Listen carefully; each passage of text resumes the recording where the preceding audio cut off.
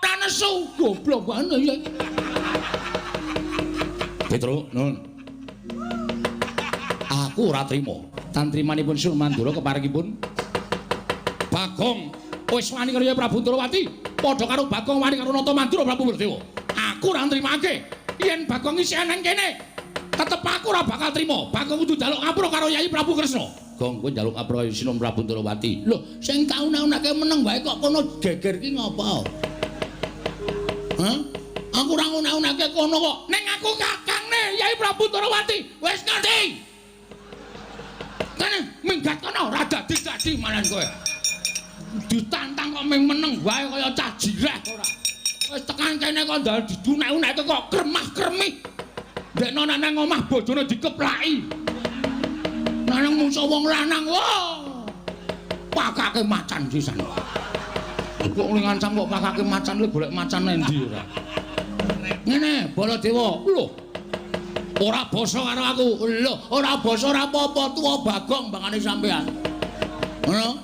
Tuwa aku karo sampean, mula aku ora basa karo sampean ki ora masalah.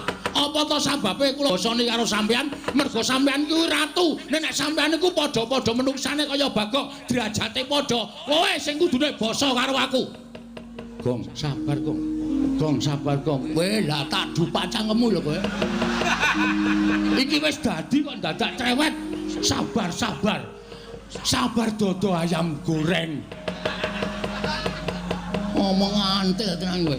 Lho, yen ngono kowe wani karo aku. Lho, biyen wani saiki wani. Aku ratu, wis ngerti. Kowe dadi ratu ki mergo tak coblos. Nek kowe ora oblos kowe ora dadi ratu kowe. Kowe mara ning nggon aku, gok ngaku tulungono. Aku kurang swara 14. Ora, kelingan ora.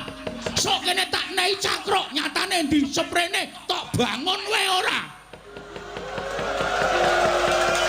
Kaya ngono kok ratu. Ngelingono Mas, sampeyan iso dadi nganggo sandangan teng glebyan ngono kuwi mergo kawula cilik ngene iki. Mula aja sok ngendhek karo kawula cilik. Aja sok kowe ngidak cengele kawula cilik. Kowe aja ngeceh karo kawula ngene iki.